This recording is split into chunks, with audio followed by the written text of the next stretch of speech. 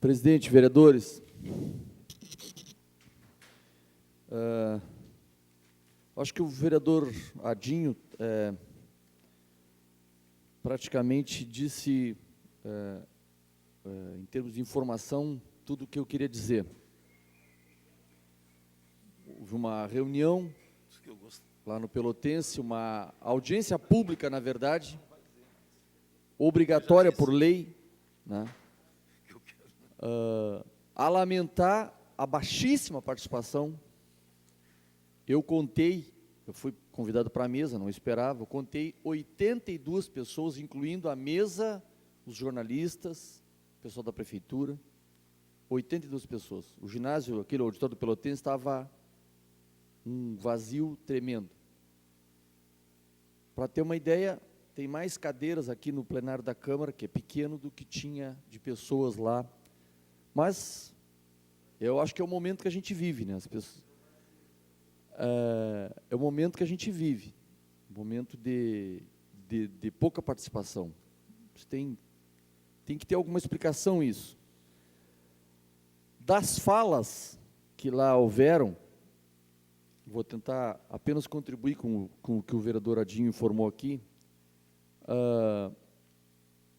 Duas me chamaram a atenção. Eram 15 inscritos por sorteio, caso passasse de 15 inscritos, 15, 3 minutos, cronometrado, rigoroso, tinha um regimento, eles não, né, para cumprir a lei, tinham que cumprir sem nenhuma flexibilização lá o regimento.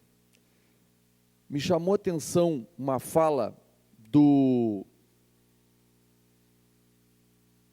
Sidney Fagundes, o Cid, que é presidente do Conselho de Deficientes há muitos anos aqui em Pelotas, e ele reclamou da pouca adaptação dos ônibus em Pelotas, e pediu que fosse observado isso na nova licitação. Ele disse que hoje, por força de leis, é mais fácil conseguir emprego para deficiente do que andar de ônibus, e que muitos desistem do emprego por conta de cotas, nas leis que obriga a ter cotas para deficiente, isso torna mais acessível os empregos. As pessoas em Pelotas deixam de trabalhar porque não tem ônibus adaptado para ir e voltar. Eu fiquei bastante sensibilizado com aquela fala do Cid, uma fala simples, objetiva. Em 3 minutos ele conseguiu dizer algo que eu honestamente não tinha percebido. Essa frase é forte. É mais fácil, e não deve ser uma realidade de Pelotas, deve ser uma realidade nacional. É mais fácil para um deficiente físico conseguir emprego do que andar de ônibus. Isso é uma coisa que a gente tinha que parar e pensar e exigir mais. E ele fez um cálculo ali do número de pessoas, claro que aí tem várias deficiências, né? Esse número não é o número que carece de transporte, mas são 30 mil pessoas em Pelotas que estão na base do Conselho de Deficiência, 30 mil. Digamos que 1% tenha problemas de acessibilidade em ônibus, isso dá 300 pessoas, 1%. Então é muita gente. E outra fala também que eu queria registrar aqui, foram de 3 que se identificaram como militantes do PSOL. Eles foram para lá muito articulados, largaram inclusive um panfleto, muito fundamentado, muito bem escrito, centrando numa questão. Houve uma promessa de campanha do prefeito Eduardo de criação de uma empresa pública de transporte. E isso ficou completamente fora da licitação, ninguém fala mais nisso e tal. Eu vi uma fala de das pessoas da prefeitura que estavam lá, que diz o seguinte: olha, é muito difícil criar uma empresa pública, é muito difícil manter uma empresa pública de transporte. Eu conversando nos bastidores ali com ele, eu disse, mas é o exemplo da Carris, porque a grande vantagem, e eu descobri isso quando eu morava em Porto Alegre, e houve uma intervenção nos ônibus lá, na época do prefeito Olívio Dutra. Se não houver um braço público operando forte no transporte, o que acontece? Os dados do transporte vêm dos empresários. Agora, se há uma empresa pública, por menor que seja, a prefeitura tem condições de discutir a operação do transporte. Se o empresário dizer que o custo em tal setor é tanto, a prefeitura tem o controle operando, não é pesquisando, operando uma empresa, que pode ser pequena, para dizer não, não é esse. O transporte público é um assunto extremamente técnico. Não é fácil tu calcular o custo de transporte e tudo que ele inclui, desde a parte de pessoal, cada componente do ônibus, a depreciação da frota, o que gasta um ônibus numa estrada boa, numa estrada ruim, numa estrada de muitas paradas, de poucas paradas, e por aí vai. Calculado esse custo, que já é complexo, depois tem que calcular quantos vão pagar. E aqueles vão pagar pelos que não pagam. Quem paga o ônibus, quem paga esse cálculo de quanto é que custou, ele paga pelo estudante, paga pelo maior de 65, ele paga pelo deficiente, ele paga pelos que não pagam. Quantos são essas pessoas? Mas não é quantos que andam, não, porque um vai daqui até ali, o outro vai dali até mais adiante. Índice de passageiros por quilômetro, como é que se calcula isso? Não são coisas fáceis. Discutir transporte é uma coisa complexa.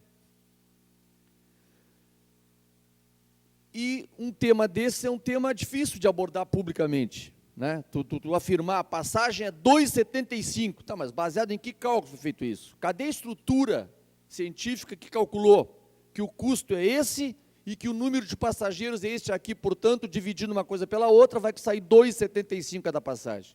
Onde é que foi feito isso? A licitação em Pelotas parte desse preço, 2,75, que a cidade não sabe como é que foi calculado. Eu, por exemplo, não sei. Cadê as planilhas de custos famosas, para saber quanto é que custou o ônibus? Cadê a pesquisa para saber quantos passageiros por quilômetro andam em Pelotas?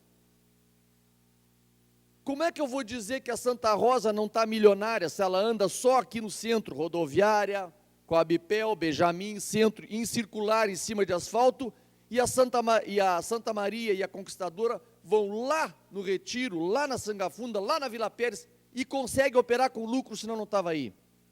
Quem é que faz esse equilíbrio? Nada disso se sabe. E nisso, a passagem há muitos anos é 2,75, é desse preço que vai sair. Essa é a primeira grande questão. Não existe uma estrutura em Pelotas científica para me dar segurança, olha, é isso aqui. E a partir daqui nós vamos fazer uma licitação. Outra questão.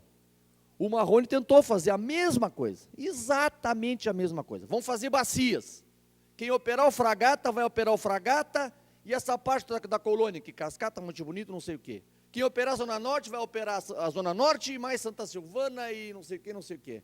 Quem operar o Areal vai operar o Areal e mais uma parte da colônia, para equilibrar os valores, para comprar o mesmo preço. Muito bem. O Marrone tentou, lançou uma licitação nesses termos. O que fizeram em Pelotas? Ah, e tinha uma catraca eletrônica. O que disseram? Vai desempregar os operários, vai desempregar os cobradores. Fizeram um terrorismo naquilo. E era a mesma proposta. Hoje o que acontece? A catraca eletrônica está instalada, não tem um cobrador demitido por causa disso, e o mesmo projeto vem aí, e ninguém fala nada. Eu lamento dizer ao vereador Adinho, nós ainda teremos surpresas negativas nesse processo. O vereador Eduardo Leite entrou na justiça aqui e derrubou a licitação, porque ele descobriu que, por conta de greves e de outros períodos, os empresários tinham que ser ressarcidos de uma quantia enorme, caso houvesse a licitação. Por conta disso, ele entrou na justiça, o vereador Eduardo Leite. Eu era colega dele aqui na Câmara. Essa conta, como é que ficou? Se pagou, não se pagou, os empresários não querem mais, não tem mais medo da catraca eletrônica, essas bacias que eram um horror, agora pode, está tudo tranquilo. Eu, honestamente, paira no ar algumas dúvidas. O cálculo do preço da passagem, por que agora pode catraca eletrônica e pode bacia, e o que houve com aquela grana que estava no valor da licitação ali, caso houvesse licitação e as empresas de Pelotas ganhassem, eles tinham que ser ressarcidos, e era uma quantia considerável. Ninguém falou mais nisso. Então, infelizmente, vereador Adinho, eu não estou tão otimista ainda. Tomara que eu esteja errado. Tomara que saia a licitação, se modernize, façam bacias, a colônia pega a mesma coisa. Tomara. Mas eu ainda estou pagando para ver. Era isso.